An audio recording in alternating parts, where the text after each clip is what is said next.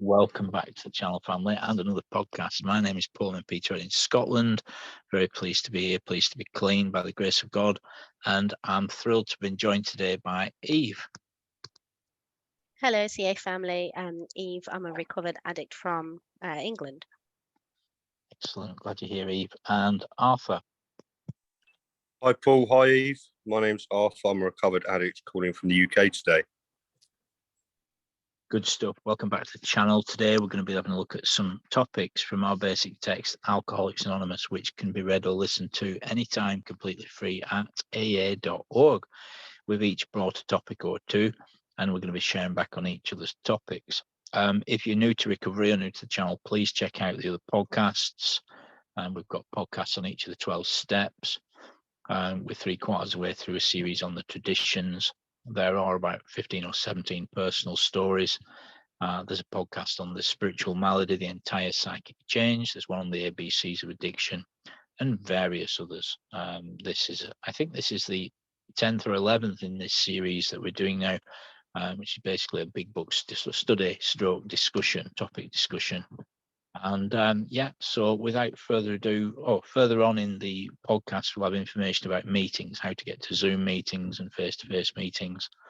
So please bear in mind you can pause and rewind or share this video with us whoever. And if you see this on WhatsApp or in the room, Skype, or indeed on YouTube, and you want to get involved in the conversation, just reach out and we will respond to you. Good stuff. Okay, without further ado, can I hand it over to you, Arthur? What have you got for us today? Yeah, today I'm just reading from page 19. From we feel that elimination of work is our drinking. I'm just going to read a couple of paragraphs, basically. So I'll wait for you to get it up. Page 19. As I say, my name's Arthur. I'm a recovered addict, and it's great to be here. Right. We feel that elimination of our drinking is but a beginning. A much more important demonstration of our principles lies before us in our respective homes, occupations, and affairs. All of us spend much of our spare time in the sort of effort which we are going to describe. A few are fortunate enough to be so situated that they give nearly all their time to the work. If we keep on the way we are going, there is little doubt that much good will result. But the surface of the problem would hardly be scratched. Those of us who live in large cities are overcome by the reflection that close by hundreds are dropping into oblivion every day. Many could recover if they had the opportunity we have enjoyed. How then shall we present that which has solely been, how then shall we present which has been so freely given us? We've concluded to publish an anonymous volume, setting forth the problem as we see it. We shall bring to the task our combined experience and knowledge. This should suggest a useful program of anyone concerned with the drinking problem. So, my name's Arthur. I'm a recovered addict. I think I'll leave it there. I'm very lucky at the minute that I've been able to take a few guys through the work. And on the side of my book there, it says good sponsorship. How should we present that which has been so freely given us? And on the side of my book, it says good sponsorship. And just taking guys through the way I got taught to stay clean and sober and practice these principles in all my affairs. I found that when I became God-centered instead of self-centered, by doing the next right thing, by staying in God's will as I can, which basically means for me not harming anyone, and praying and meditating around what God wants, the knowledge of the will God wants me to do today, then my life has changed dramatically from what it was, from pipes and packets of drugs to promise of good fortune and peace and serenity. That's what's happened for me and for thousands of others that I know. and have met through the rooms. And it says at step 12 as well, practice these principles in all our affairs. That means all of our affairs, you know. So I find that I've got like a spiritual barometer of some, you know, like fibbing, and if I make a fib, like a little lie. I did it the other week, and it was over something silly. Basically, I'd overemphasize the story, and I knew that there was something wrong, so I had to look at it, and there was a fear there. I had to apologize to that person as well for over blemishing a story, and I realized something was going on there. It was a fear. There's a fear of what people will think of me and how I'll be perceived, and it all boils down to rejection. But this program for me all boils down to love and connection with higher power, connection with people, and love for other people as well. I found that the more I love and tolerate other people, even people that I may not have associated with before coming into the program, the more I'm in good stead in that sense, that I can see how close I am to God. If I'm close to everyone else, then I'm close to people. If I'm close to people in the world, then I'm close to people. I'm close to God. You know, I can't put it quite well, but yeah, I found that this program has done wonders for me and for millions of others, and it's good to see the lights come on, as they say in other guys, when I've start taking them through the work, and see the willingness and the desperation of a drowning man like I had it. Yeah, I'll leave it there and I'll pass it back to the group. That was a great share, Arthur. Thanks so much, and a great bit of the book. Over to you, Eve. Thank you very much. Thank you, Arthur, for this part of the book. You put it beautifully. And one of the bits that I've got here, I've also got written good sponsorship under then how then shall we present that which has been so freely given us. Because, you know, later on in the book, there's a line that says faith without works is dead. And that's very much true for the addict. I find that I'm lucky enough that relapse hasn't been part of my story yet. You know, every day I pray that that's not going to be part of who I am, and that's not going to happen to me. But in order for that not to happen to me, I have to make sure that I am on top of my game with this, and I am interacting with the, you know, with this program fully every day. You know, as Arthur mentioned, with the principles and the steps, you need to make sure you're fully engaged.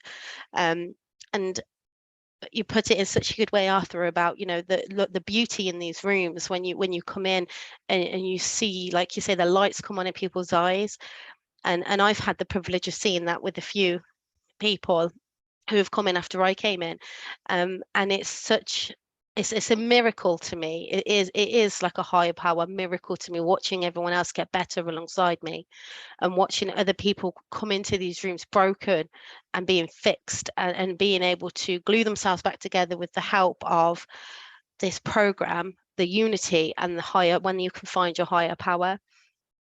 And I just love this part, because it really is true. You know, in order for this work to always continue, you know, it's if we keep on the way we're going, there's little doubt that much good will result, and of course it will, because as an addict myself, my life now, I feel the best in my life when I'm helping another addict. And if I can reach out to another addict, pull them out of that darkness and misery and say, come with us, we can show you the way, you know, and having someone engage with you is probably one of the most heart-growing feelings I think I'm ever going to feel. And that's not really me, that's my higher power giving that to me, giving me the power to go, I want to help other people. Because when I was using and drinking, there's no way I wanted to help anyone but myself. But because of this program, and because of me being able to build that relationship with my higher power, being able to live these steps every day, being able to live within, you know, this book is the fundamental building blocks of my clean, sober life, but it's also such a happy and fulfilling life. And yeah, I just love this part of the book, because it's so true. You know, we get given this help when we come into the rooms, and there I see it as almost, it is a duty. It's my duty now, I'm recovered, to go out and help other addicts, because not only is that going to help somebody else hopefully stay clean and sober, but it helps me so much because it reminds me why I don't want to ever go back out there. And as long as I can live in this program, have my higher powers guidance every day, and I've got the unity of my fellows, I know that there is no reason that I'm ever going to make that choice to go and drink or pick up another drug in the rest of my life. And it's so freeing. And I was talking to my sponsor about this actually earlier on when I had my call with them, that I truly have a freedom in my life that I never had before, because now I have the freedom to say no to my addiction. I never had that before. So if there are any newcomers or anyone struggling listening to this podcast, really please do reach out to us. You know, come to a meeting, reach out on the comments on YouTube, email, there's email address and phone numbers for CA. We can let you know how this is done. And now I'll leave it there and I'll pass it back over to you, Paul. Brilliant, thanks, Eve. Great sharing. It is a great portion of the writing, and working with others, what a blessing. You know, what a privilege to try and help us and try and be a part of their solution and share, you know, what we know and what we've experienced. You know, my experience has been, you know, that it's remarkable how unproductive I was when I was using and drinking. And it's remarkable how productive one can be staying clean, you know, and it's just a great privilege and a blessing to share with others the wisdom that we have learned, you know, and as it says there, hundreds are dropping into oblivion every day. This past weekend, someone I know didn't make it. You know, they reckon every 12 seconds someone dies of addiction around the world, preceded usually by months and years of carnage and confusion for them and their parents and brethren and children, you know. And the reality is that I've lost a lot of folk over the years, both here in this town, you know, and I've lost a few online over the years that I've known as well. So it's a killer illness, you know, that's the reality of it. And the solution is to be doing the solution. You know, what happened was I had to have a conspiracy, as it were, of circumstances that gave me the desire to get clean. You know, and I said to a man a week or two ago, I said, the question you need to ask yourself is, do you need more consequences to pressure you into staying clean, or are you going to stick with the hand you've got? You know, or do you want to ask the devil for another card, so to speak? And he said, I'll stick with the hand I've got. And he's still clean today, you know, and we're in the process, and we're currently up to step 8, you know, and frothy emotional peel doesn't work, you know. You know, it's a terrible, terrible thing. You know, I've seen folks come to meetings yellow with addiction, you know, and I've seen them get windows of opportunity and then go back out again, use again, and die. You know, it's an awful thing to see over a period of years. And conversely, it's a blessing to see folks that get that window of opportunity to get sober and then get into action and learn what it is to practice a daily program. And it's already been mentioned, you know, the things that we do, not what I think or what I say so much, but what I do, you know, and here we are in the literature again, in the solution, trying to carry this message. You know, our message is hope and our promise is freedom. Anyone can get and stay clean. I've seen it, you know, I really have. And it's a great question there, Arthur, halfway down the page. How then shall we present that which has been so freely given to us? And I have a friend, Eva, and her story's in hope, faith and courage, and a dear lady. She's got like 35 years of continuous sobriety, and she says something like this: a bird doesn't carry a message, it just sings its song.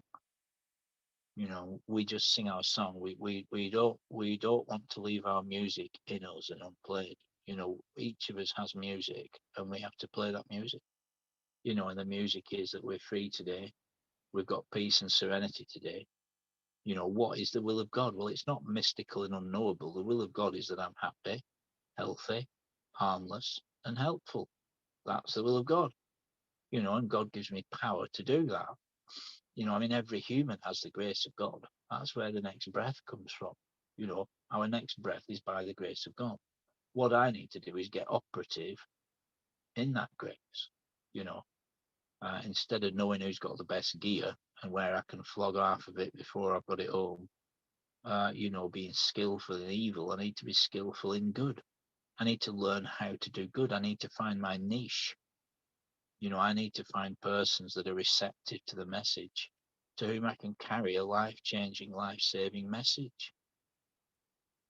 This is what recovery looks like, and as I say, it is amazing how productive, and I believe anyone hearing this message can be, and it says there we'll bring to task our combined experience and knowledge, and that's the unity of the fellowship. Our common welfare comes first. Personal recovery depends upon CA unity. It's really, really important we keep the unity for the newcomer, and the useful program on a day-to-day basis means when I say I'm going to be somewhere, I will be there. You can count on it. I will be there. If I've got an appointment, I will be there, and that's the difference. It's not perfect, you know what I mean? It's not perfection, but it is progress. It genuinely has been a long period of reconstruction and continues to be a long period of reconstruction. That's my truth, Anyway, I think I shall leave it there.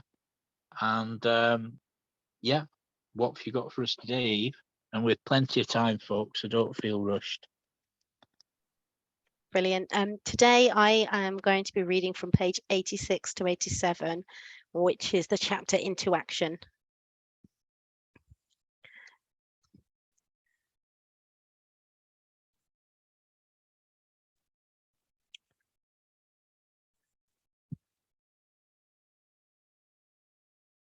And I'm going to start just halfway down page 86. So on awakening, let us think about the 24 hours ahead. We consider our plans for the day. Before we begin, we ask God to direct our thinking, especially that it be divorced from self-pity, dishonest, or self-seeking motives. Under these conditions, we can employ our mental faculties with assurance. After all, God gave us brains to use. Our thought life will be placed on a much higher plane when our thinking is cleared of wrong motives. In thinking about our day, we may face indecision. We may not be able to determine which course to take. Here, we ask God for inspiration and intuitive thought or decision. We relax and take it easy. We don't struggle. We are often surprised how the right answers come after we have tried this for a while. What used to be the hunch or occasional inspiration gradually becomes a working part of the mind. Being still experienced and having just made conscious contact with God, it is not probable that we are going to be inspired at all times. We might pay for this presumption in all sorts of absurd actions and ideas. Nevertheless, we find that our thinking will, as time passes, be more and more on the plane of inspiration. We come to rely upon it. We usually conclude the period of meditation with a prayer that we will be shown all through the day what our next step is to be, that we'll be given whatever we need to take care of such problems. We ask especially for freedom from self-will and are careful to make no requests for ourselves only. We may ask for ourselves, however, as others will be helped. We are careful never to pray for our own selfish ends. Many of us have wasted a lot of time doing that and it doesn't work, and you can easily see why. And I picked this part of the book because recently this has been really relevant to me, because sometimes, when you first come into CA, and when I first got my sponsor and I was told, right, in the mornings, the first thing that we want you to do is you pray and you meditate. And I struggled with that quite a lot at first because it was just such an alien concept to me my first thought in the morning was usually how much coke have I got left, and when can, you know what I mean, and when can I get more alcohol. So what I found though, because at first I kind of did it because I was told to, but after a couple of days of doing this, and I know waking up thinking about, right, what is this day, what do I need to do in this 24-hour period? Yesterday was yesterday, tomorrow is tomorrow, and I can't control what happened yesterday, and I'm not going to be able to control what's going to happen tomorrow. So just for today, what are my plans? And then now what I do is I ask my higher power to just say, right, whatever happens today is going to happen, just please guide me through that. And it says here, and think that we may face indecision and we can't determine which course to take. Now, pause when agitated is a big part of what I've learned from this program. So if I, whatever situation I'm in, whether I'm at work and something stressful's happening, or if I'm with a friend and maybe I don't agree with something they've said or something, usually my knee-jerk reaction would be to respond with aggressiveness and quite often hate. But now I can pause when I'm agitated and I say the Serenity Prayer, because for me, that's like my mantra. And that's the first prayer I learned when I came into CA. And I find it's most helpful for me. So when I become agitated or irritated, I can take that pause, remind myself I need to reconnect to my higher power, because usually I find when that situation arises, I've become completely back into self-will. And that's why I'm becoming agitated, because I'm trying to control a situation I can't control. So what this program's done for me is helped me connect with a higher power, but be so mindful and conscious of that higher power that I can now take myself back out. I can notice the pattern when I'm becoming back into my own self-will, and I can then pray again and say, right, I need to take a step. I've noticed that I'm trying to take back control, which is why I'm getting angry and agitated. So whatever happens, can you just guide me? And I explain my higher power feeling is in my gut. So the way I feel and the way that it's come to me is I know when I'm doing something I shouldn't be, or doing something wrong, or if maybe I should be going down a different path. It's when my gut's telling me something isn't quite right. And that allows me to sit on that, pause and say, okay, God, what is it that you need me to do right now? What's the right thing? And I find that then something will happen. I'll have a conversation with a fellow, I'll flip open my big book to a certain page, or I'll go onto the YouTube channel and just I hear what I need to hear, especially in meetings. I'll go into a meeting and there'll be a share, or someone will say something and it'll click instantly. And that's the higher power guiding. And I believe that, I know that a lot of newcomers they can be kind of put off by God or higher power, but it's not like a religious thing for me, and I've never felt forced into this. This is something organically that's come as now I've taken away all those blockages to my higher power and I can live a nice clean life. I find like I do have that intuition coming to me now, and it's just so that special relationship I have with a higher power does create really good things for me, and it does mean that I live a really nice life, and I do relax and take it easy now, and I don't struggle through my days because I've got my higher power. I can let things go to my higher power, and I can just say to myself, Serenity Prayer, what will be, just let me do the best thing that I can do for you. And and I find that is helped me out of a lot of horrible situations and helped me from reacting in ways that wouldn't be helpful to others. So that's why I wanted to pick this passage, because recently I've read this a few times and it's really helped me. And so, yeah, but I'll leave it there and I will pass it back to the group. Beautiful. Thanks, Eve. That was great. A beautiful share. Yeah. So, the day for me stays with honesty and prayer. Usually the prayer begins, I know it might sound thingamajigs, but before I open my eyes, I listen to myself sometimes. That sounds terribly spiritual, but usually that is the case. Before I open my eyes, I've got scripture in mind, I've got truth in mind, I've got prayer in mind, usually. And then the next thing is to face life square on and see what one can do, And the great thing is to ask, what can one do for others?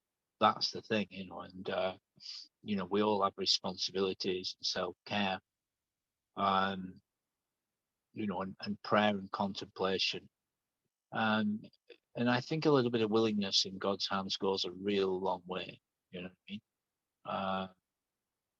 Ask God to direct our thinking.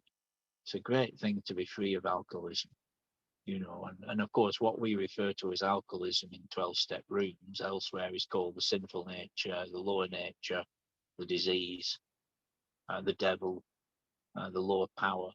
We all know what we mean: anger, lust, resentment, hatred, arrogance, pride, all that stuff. We can describe that as untreated alcoholism if we get into any of those things. And the problem with those things is, like a drink or a drug, the first one may well want another one, and very likely does, and then the other one wants another one. If you take a drink, the drink takes a drink, and then the drink takes you.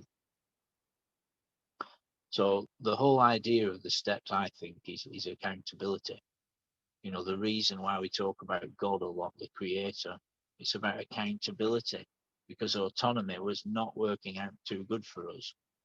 You know, and anyone can get and stay clean here. I've seen persons, you know, with minimal consequences come into recovery and stay clean. I've seen persons 3/4 dead, you know, living on the streets, crack and smack muggers and burglars, getting to stay clean around here.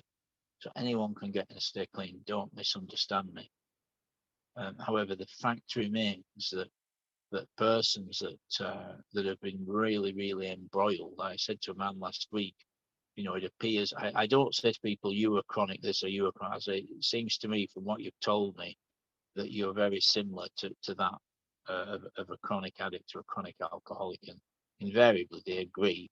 And I've said the only thing I've seen work for a chronic addict alcoholic is a full daily program of action that in reality is going to take less than 2 hours a day. It's completely free, and in the process you'll be in the solution a productive and responsible member of society. Oh yes. And I'll never forget that man a few weeks ago said, what's the secret to sobriety? I said, well, do you have the 12 suggestions there? Oh, hang on, he says, oh, I've got them here. I said, that's the secret to sobriety. If you do those 12 suggestions, not only will you stay sober, and one of the suggestions is consistent step work, of course, and the literature every day, personal spiritual literature every day, prayer throughout the day, inventory every night, face-to-face home group, and online home group, at least 2 conversations with folks in recovery every day, good self-care, and prayer throughout the day. Everyone that I've seen do those things has not only stayed sober, but they've been reasonably manageable and been able to address many of their consequences. The great thing, I think, is to really use the will to do the will of God. You know, cleared of wrong motives. What a deal! You know, recovery is a wonderful thing. Asking God for inspiration, an intuitive thought or a decision. We relax and take it easy. We're surprised how the right answers come after we've tried this for a while.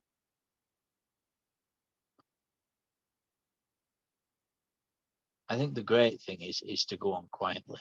Good food help others go on quietly. This need for fanfare and rah has led many an addict back into using.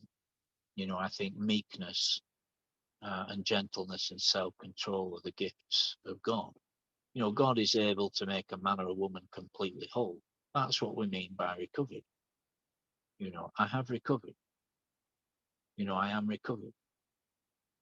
You know, and I have a responsibility to maintain a fit spiritual condition before God.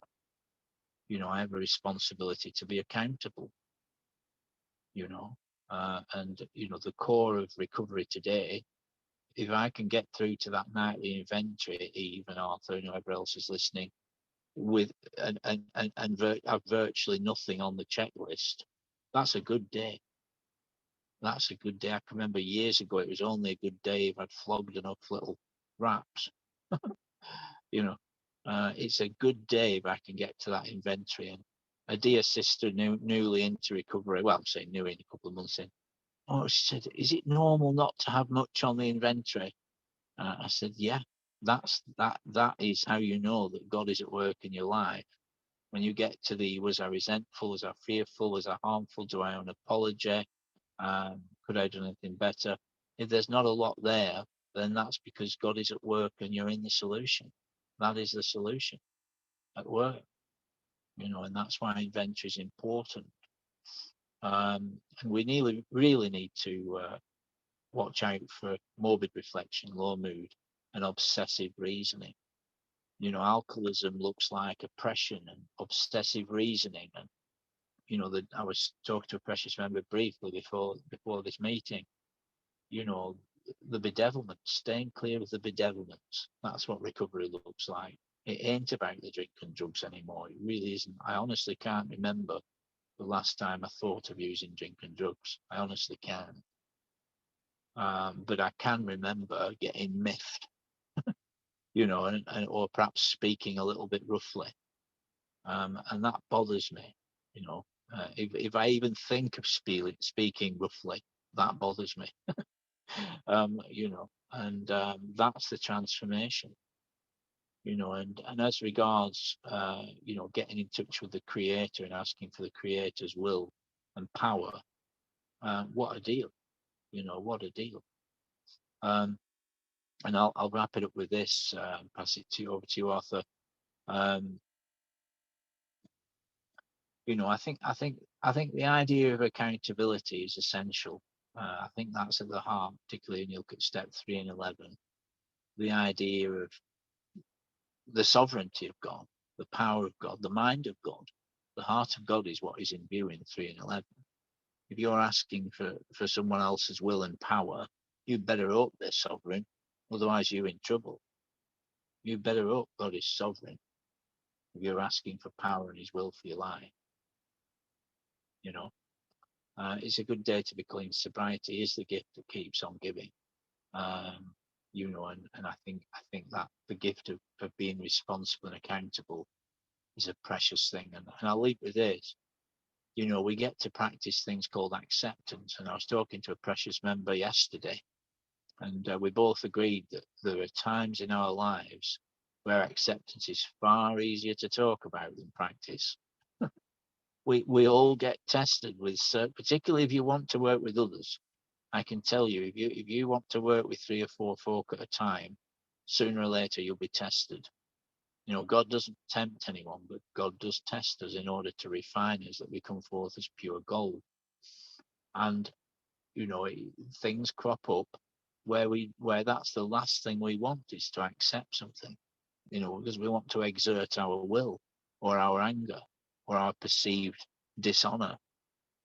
You know, and sometimes these things are, you know, and we can always see further with our eyes than we can go with our feet. If you set off walking today, Arthur, eventually you'd get to a point you'd still be able to see in the distance, but you'd physically not be able to go any further. And so it is in the spiritual realm. You know, we can always see further with our eyes than we can presently go with our feet. And I shall pass it over to you, good sir. Thank you, Paul. And thank you, Eve, as well, for bringing this to the group today. Really, it's a great part of the step 11 suggestions, really directions. I'd take them on awakening. So yeah, on awakening, that words as well, awakening. First thing I do personally is I have to say the Lord's Prayer, because my head can be a little bit mumbo jumbo if I haven't had correct sleep, or if I've had nightmares like many of us do, or you know, if something's going on for me. But I'll say the Lord's Prayer first, and it says conscious contact for me, so I have to wake up a little bit, and then I start to do these directions. We ask for God to direct our thinking. Yeah, it's beautiful. Divorce from self-pity, dishonest or self-seeking motives. God gave us brains to use. Our thought life will be placed on a much higher plane when my thinking is clear of wrong motives. And I had to write this up, you know, and put the eyes and the eyes on it as well, so that I can relate it very personally to me. And I ask for a clean day from God sometimes, but to be honest, I've sort of stopped doing that, because that God's will for me is to remain sober. So I just ask for the knowledge of his will for me, and it's usually help other people, to be honest. It's just help others, you know, help another child of God. And that bit as well, it says we usually conclude the period of meditation with a prayer that would be shown all through the day what our next step is to be, that we be given whatever we need, not want, but need to take care of such problems. We ask especially for freedom from self-will, and I'm careful to make no requests for ourselves only. I remember when I was in recovery last year, I would pray for all sorts, but I was forgetting something very important, to put thy will on the end of it. You know, I pray for my family's safety, my friends' safety. I pray for my enemies, you know, my former enemies' safety and happiness now, and always include, if it's thy will. if it is your will, God, let it happen, you know, because I can only see what I can see, and I can only do what I can do. It's a beautiful part of the book, and it says, even on the page before that, 85, it says, how may I best serve thee, thy will, not mine, be done. On the page after the 87, it says, thy will be done. So it's giving quite a lot of, just over these couple of pages, giving quite a lot. And, you know, when I started practicing step 11 months ago now, a long time ago, the miracle was happening for me. It was already happening through the other steps as well, but the miracle was really taking place to me that night of review, and this on awakening as well, really important. And it was a part of the miracle happening, you know, and I didn't want to leave there. And I knew even getting to step 12, there'll be more will be revealed, as they say. But this is really important. And if you are new in, please don't leave till the miracle happens, because these set of directions, as I like to call them, these suggestions that they give us in the big book on awakening, you know, all these pointers to ask God for our thinking, direct our thinking, they're all really relevant and they all really help. And it's been a little while since I've thought about a drink and a drug, and, you know, obsessed about it. Certainly, I haven't obsessed about it for a very, very long time, and it's brilliant. Going back to what you were saying, Eve, about, you know, they've had these things come up for you and self-will, and yeah, I find that as well. It's I can take my will back very easily. I've got a lot of stuff going on with my scaffolding course and my work at the minute, and I'm all up in the air about it, but at the end of the day, it's out of my hands. I can only do what I can do and trust in my higher power that if I'm meant to be going to doing scaffolding, then I'll do it. If not, then so be it. Something else will come up, and I trust that God's got me and God wants the best for me. And what's best for me is so I can help other people, be of service, you know, love and service. That's what this program boils down to. My ego wanted, you know, I think that's what this program's about for me. It's not just, I came in for drugs and alcohol, to get off drugs and alcohol. And I realised it's a lot more than that. I've heard it before. I came in for my drinking, I'm staying for my thinking. And absolutely, because I'm battling with my ego here, but I can't beat my ego. The self can't beat self. Only God can do that. So I have to practice what God wants me to do, and the selfishness should go away, or should simmer out. And yes, it can come back, but as long as I try and remain in the area code, you know, in the postcode of God's will, I'll be all right. And so will many more that are around me. It's brilliant to be here, and thank you so much for that, Eve. I really, really, really appreciate you reading that out. It's a brilliant part of the book. And like I say, if you haven't got this far in the book, please don't leave till the miracle happens. It's so great, this part of the book. Thank you. Thanks so much, Arthur. That was beautiful. So I'm on page 26. I will be in a moment. Hold on. I am in the actual book, but on the screen. Here we go. Oh.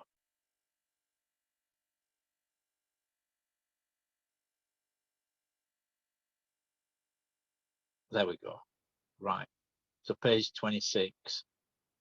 27. Actually. Right.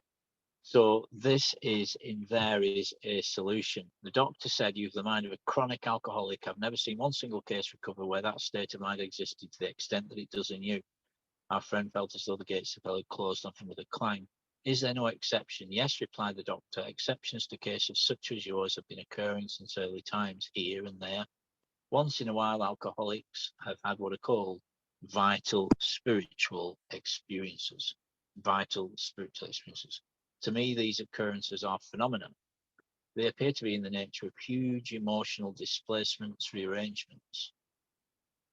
Ideas, emotions, and attitudes which were once the guiding forces of the lives of these men and women are suddenly cast to one side, and a completely new set of conceptions and motives begin to dominate them. In fact, I've been trying to produce some such emotional rearrangement within you. With many individuals, the methods which I employed are successful, but I've never been successful with an alcoholic of your description. Upon hearing this, our friend was somewhat relieved, for he had reflected that after all, he was a good church member. This hope, however, was destroyed by the doctor telling him that while his religious convictions were very good, in his case, they did not spell the necessary vital spiritual experience. Now, it says at the bottom, go to Appendix 2, which is where we're going to go right now. And that's right at the very, very, very end of the big book. And it's on page 5, 6, 7. 5 is the number of grace, 6 is the number of men, and 7 is the number of heaven, perfection and completion. 5, 6, 7. How about that? So here it is. Spiritual experience. The term spiritual experience and spiritual awakening used many times in this book, which upon careful reading show that the personality change sufficient to bring about recovery from alcoholism, stroke addiction, has manifested itself among us in many different forms. And just moving on down, a sudden revolutionary change. A number of sudden revolutionary changes are described. Though it was not our intention to create such an impression, many alcoholics have nevertheless concluded that in order to recover, they must acquire an immediate and overwhelming God consciousness, followed at once by a vast change in feeling and outlook. Amongst our rapidly growing membership of thousands of alcoholics, such transformations, though frequent, are by no means the rule. Most of our experiences are what the psychologist William James calls the educational variety, because they develop slowly over a period of time.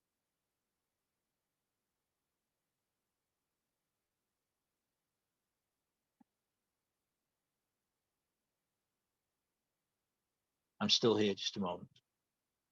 Oh yes, quite often friends of the newcomer are aware of the difference long before he is himself. He finally realizes that he's undergone a profound alteration. Oh my goodness, what's going on? One moment, friends. It's the technology is doing somersaults of its own volition. Right, a profound alteration in his reaction to life. That such a change could hardly have been brought about by himself alone. What often takes place in a few months could seldom have been accomplished by years of self-discipline. Oh, it's gone again. Hold on.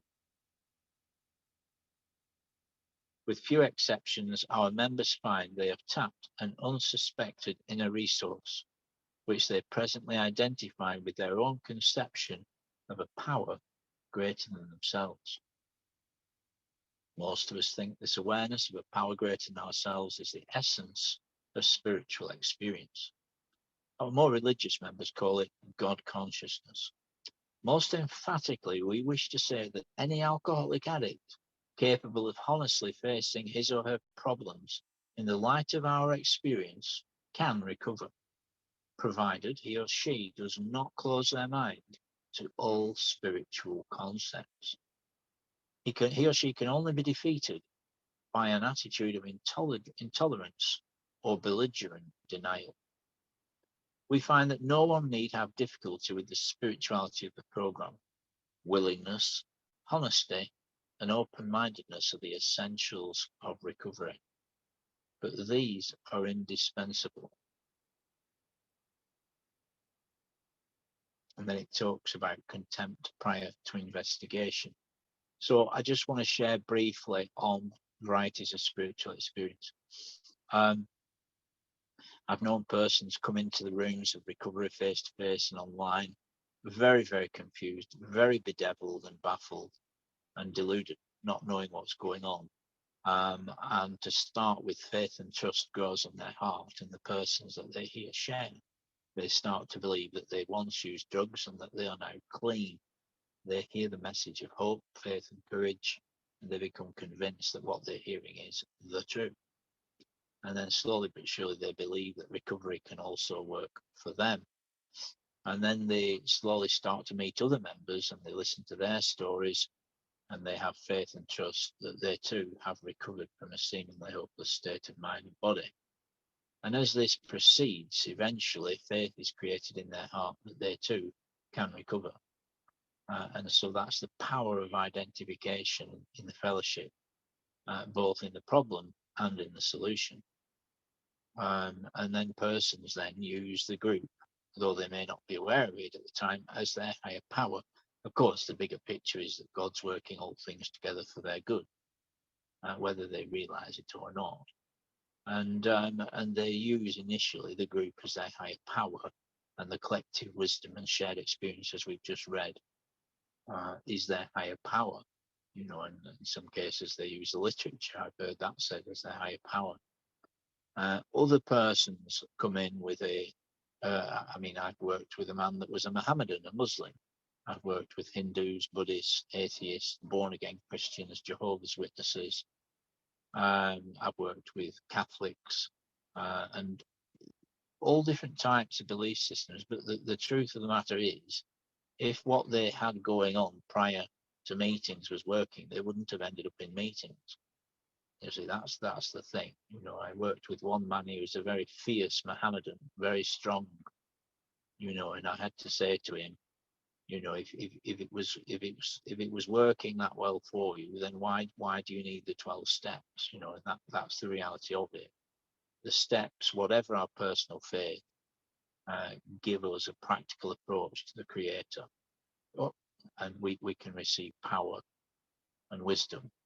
Now, just hold on, my screen's going wild again. I'm not quite sure why. Right. So varieties, perhaps I'm waffling. Varieties of spiritual experience. The point is some folks come in and they've already had lots of spiritual experience. The man I'm working with at the moment, he had 3 years clean until not too long ago. And so he's a man that's already had a lot of spiritual experience in recovery, but for whatever reason picked up again. So more will be revealed. Some persons have a gradual revelatory process. Other persons have a sudden, powerful transformation. And I've seen that happen. And it happens through a thorough round of the 12 steps. There's such a wide gamut, and I'll start to wrap it up with this lest I talk all night. I've just started taking a man through a course on sponsorship. I think one of the glaring holes in the dreams of 12-step recovery is persons get through the steps and then they're told to go and sponsor, and they've barely got a clue what the hell they're doing. And it's good they want to help others, but they really ought to know what they're doing.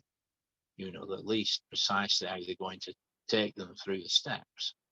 And anyway, this chap, we did a thorough round of the steps 10 months ago, and he's doing remarkably well, but he now wants to sponsor others. So we've just started a series of 4 telephone calls about how, or at least how I sponsor.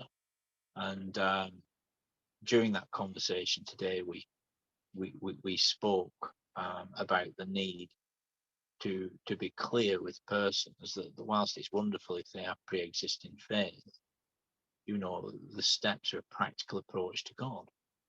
And this other gentleman, and I'll leave with this, he personally didn't have faith in God. And I said to him, well, there's only one question you need to answer. Oh, what's that? Is there a creator or is there not? Well, he came back to me on the next sponsorship call. I said, so how did you get on? He said, I've concluded there has to be a creator. My experience has been there's very, very few real atheists. Most persons are just confused and agnostic. Agnostic means without the special knowledge. They simply don't have the knowledge of God. And that's the honest position to say, well, I don't know. And so anyway, to cut a long story short, I said to this chap, well, if there is, then that means you're a creature and you're upon a creation. So you can't avoid the fact of a relationship with God, whether you like it or not. And I'll leave with this, I worked with a new man at the moment, and he too is quite confused. And I said that to this man, I said, there's 2 questions you need to answer. Is there a creator? And what are you going to do about it? And I'm waiting for him to get back to me with that answer. So without further ado, I I think it's over to you, isn't it, Arthur, next? I believe so. Thank you, Paul. Thank you for bringing this part of the book to us. Yeah, Varieties of Religious Experience by William James. He spoke about two things here, Paul. He spoke about two things that happened. It was in the book here at 27, at page 27. So I'm just going back to it in my book. You were talking about the door fell on him like a door clanged. Sorry, the door fell on him like and it clanged. And that was Roland Hazard speaking to Dr.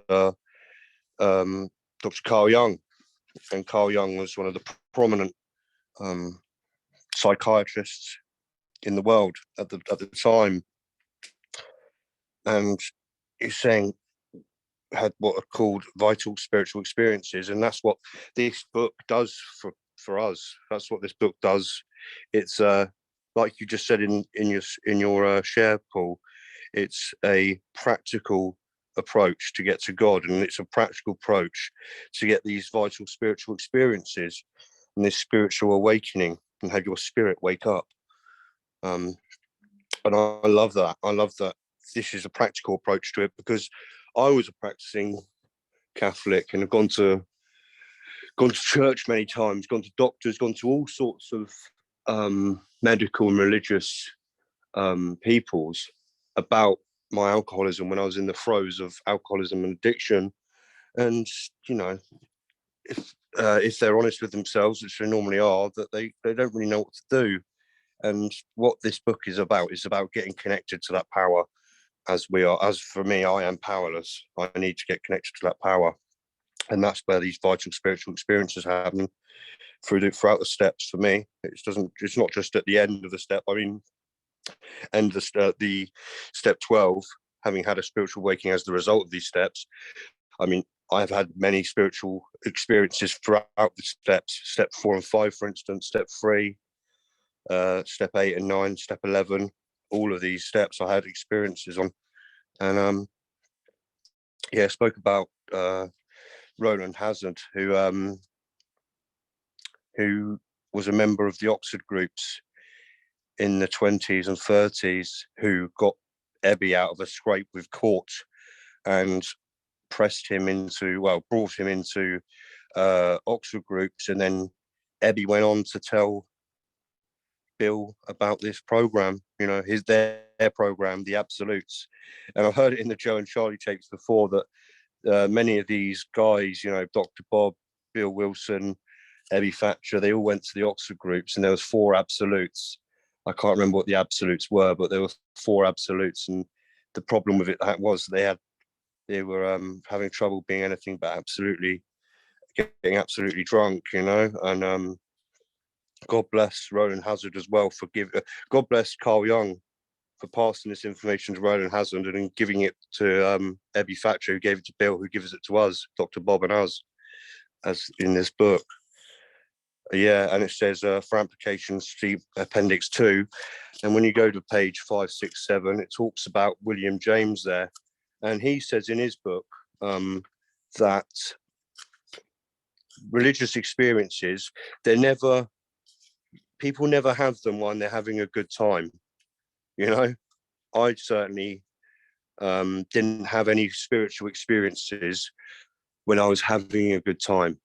I was having drugged up, drunk up, ego-driven experiences that I can hardly remember a lot of them. And this spiritual experience it speaks about here, it's great because it puts into context the fact that it doesn't have to be an immediate spiritual experience, spiritual awakening like Bill had with the clouds and the hand of God, the clouds over the mountains in the bed at Towns Hospital. It can be of what William James calls the educational variety, where it takes, time. And that's what I think I had very prominent, but it sort of gradually grew up and built up to step 12 and continues to this day. I still have religious, spiritual experiences, should I say. And to just be part of, like you said, Paul, to be part of this fellowship, first off, to know that I wasn't alone anymore was one of the most greatest experiences of my life, just to know that I wasn't alone in addiction. So I thought I was. That's how selfish and self-centered I was. That I thought I was the only one in addiction, or the only one that knew how I felt. And the truth is there are thousands, millions of us, and thousands and millions of us who recover as well. And this God consciousness as well, basically what is right and what is wrong. If you have a conscience, then you have a God conscience as well. And that's beautiful to actually listen to that. You know, the amount of times in my addiction and throughout my life, even before addiction took a hold of me, there'd be that little voice to tell me, yeah, I don't think you should do this, Arthur. And I'd go ahead and do it, you know, like press the red button. And it'd always come back to bite me in the ass. And just if I listen to that God consciousness, you know, it's there for a reason. It's there to guide us in our life and help, so we can help others and live honourable, great lives. Yeah, thank you for bringing this to us, Paul. The power in the rooms is what kept me coming back, and now the power from my higher power, from God, is what keeps me in the rooms by these steps. Thank you both, and thank you everyone for listening. I'll pass it over to you, Eve. Thank you very much, Arthur, and thank you, Paul. Yeah, for me, this brings it all home. When I first started my recovery journey, my sponsor asked me that question: are you willing to go to any lengths to stay sober? And the words willingness and any length are the most important there. I mean, right at the start of this book on page 12, it says, you know, when Bill W. was, it's like his story, Bill's story. And it says that it was only a matter of being willing to believe in a power greater than myself. Nothing more than that was required for me to make my beginning. I saw that growth could start from that point, and that was a foundation of a complete willingness that you can build upon. And then when you look at this part of the book and the spiritual experience in the appendix is where, you know, it states, William James, the educational variety. So as long as you have the willingness to believe in a higher power greater than yourself, you don't necessarily need to have this smack over the head with the hand of God for you to all of a sudden awaken and believe. That does happen to some, but I find for most what happens is you need the willingness there, and you're told that you need to start to pray. You hand your life over in the morning, you hand your life over at night. So in the morning you ask what you can do for, you know, God, be with me today, work through me today. And then at the end of the night, if you hand everything back over to God, to my higher power, I hand it all back over. I don't have to worry about that then. And tomorrow's a new day, and in the morning again, I wake up, what can I do for you today? And for me, that cycle has never let me down. It's completely and utterly changed my whole life, and I have had an entire psychic change due to that. And for me, when I first read this, the educational variety that William James was talking about for me was going through the 12 steps. It taught me how to have that relationship with a higher power. It taught me how to be accountable for my actions.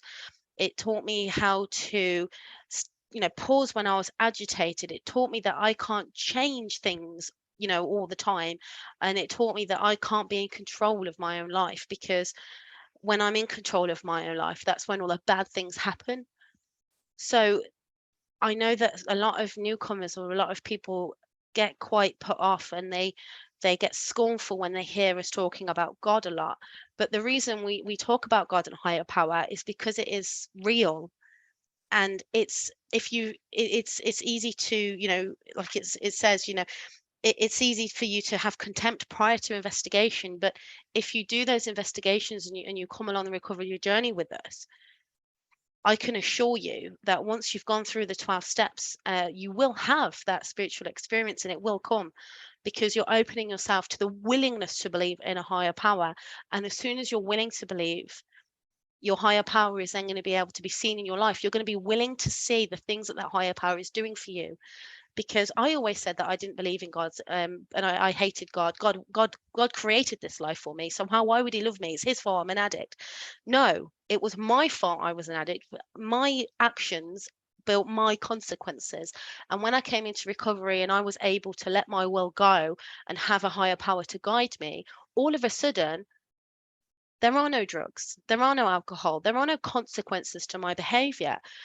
And so that to me was my evidence that my higher power was working for me. And I know that's not the same for everybody, but that was really my experience. And prior to coming into these rooms, I was sat on a kitchen floor and I was cutting myself up because I couldn't get any more alcohol or drugs. And I had this outer body experience where I was looking down on myself.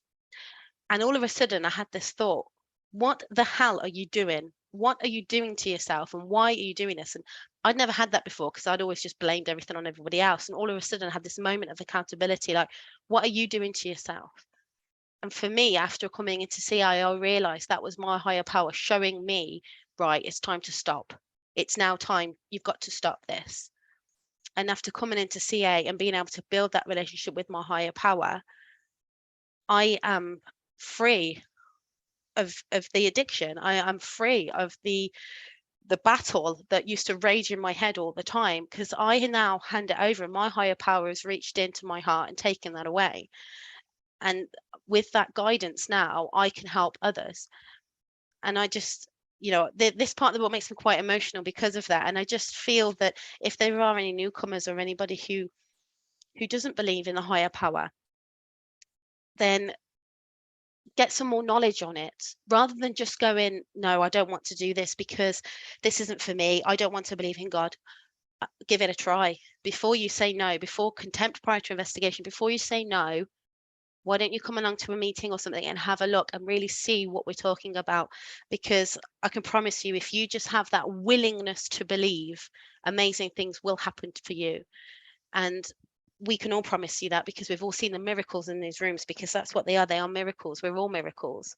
We've all managed to get better and stay better. So I'll leave it there. But if there are, as I say, any newcomers or anything who wanted to talk more about these things, then come along to a meeting, get on the CA website or phone us or drop a comment on the YouTube video and we will talk to you.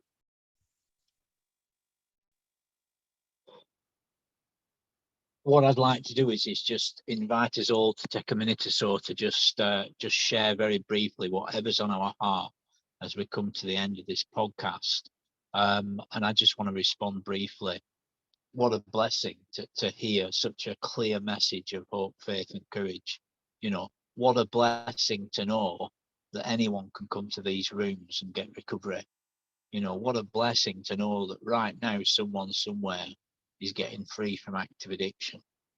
I said to a chap earlier today, probably right now, 100,000 folk are doing step work at any given moment somewhere around the world, and as you hinted earlier, Arthur, it's an ongoing vital spiritual experience. When I used, it wasn't once a day or twice a week, it was every day, and sometimes all day, or at least throughout the day.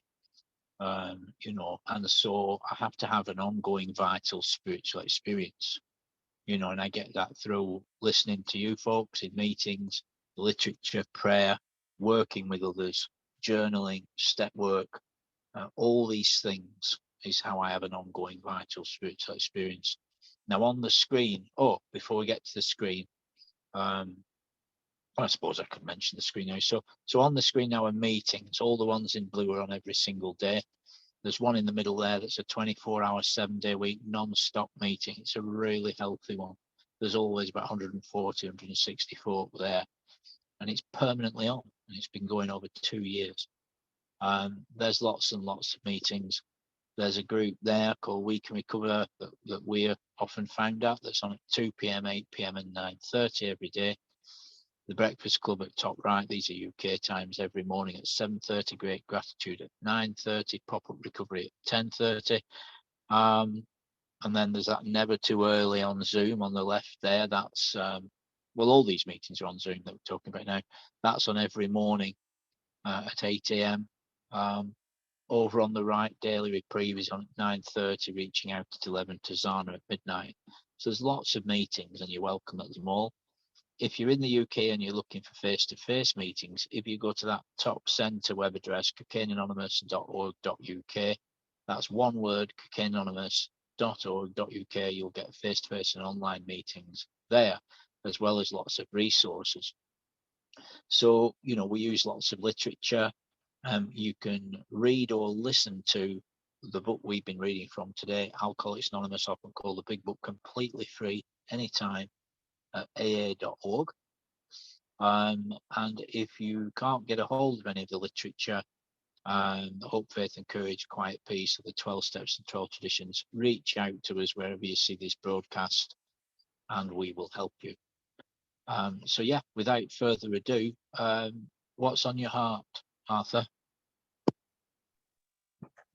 What's on my heart, Paul, is just the overwhelming sense of gratitude I have for this program. You know, I woke up this morning with a tear in my eye. I was listening.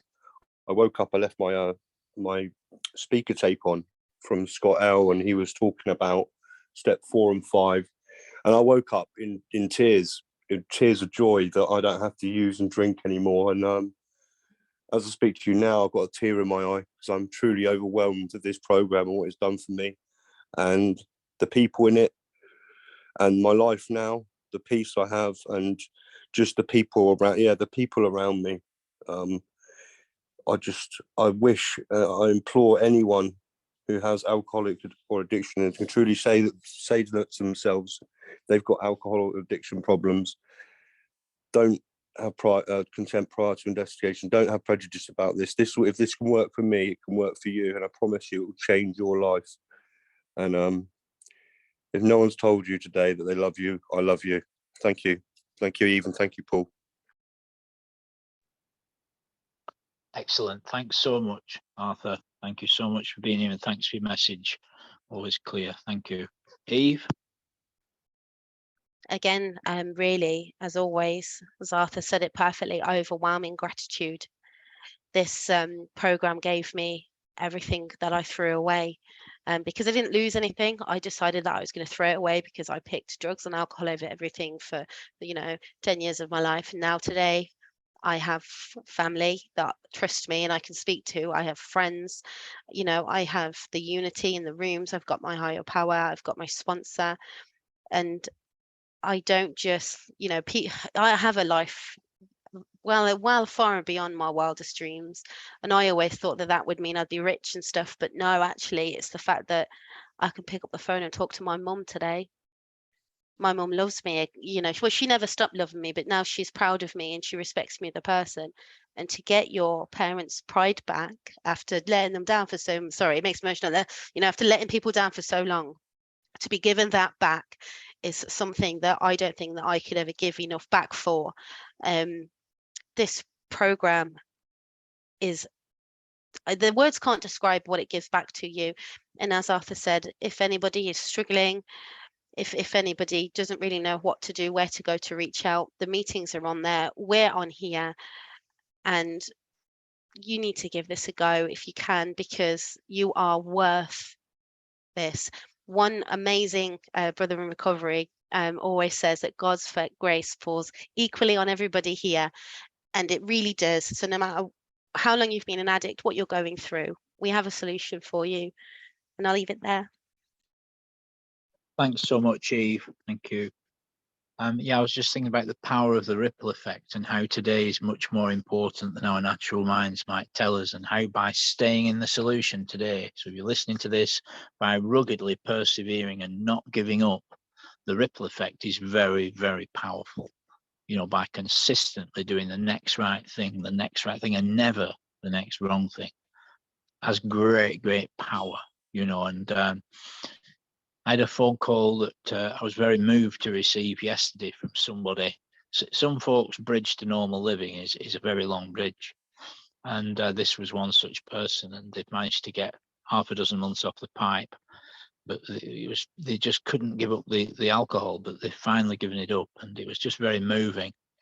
And to see persons over a period of time. And I suppose that's the educational variety there as well that we just looked at on page 5, 6, 7. And this person was attentive, and they were willing, even in the many months that we worked together whilst they were still on the pipe, and they were willing, and they had a desire to get clean, and today they're clean, and there's no question about it. They would be dead. So it was a testing conversation, because it was very, very moving, in the sense that it was very moving to hear such clarity and serenity from this person that was just broken at one point.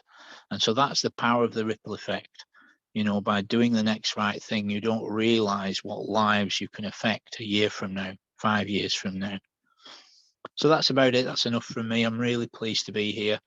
And I'm really pleased that you was here this evening, Eve. Thanks for your time once again. Thank you for having me. Really, really appreciate being a part of this. And you too, Arthur. Thanks so much for your time too, sir. Yes, thank you, Paul, and thank you, Eve, and thank you everyone for listening. God bless you all. We'll be back soon with another podcast. Until then, stay safe, stay strong, don't give up, stay connected, and keep reaching out.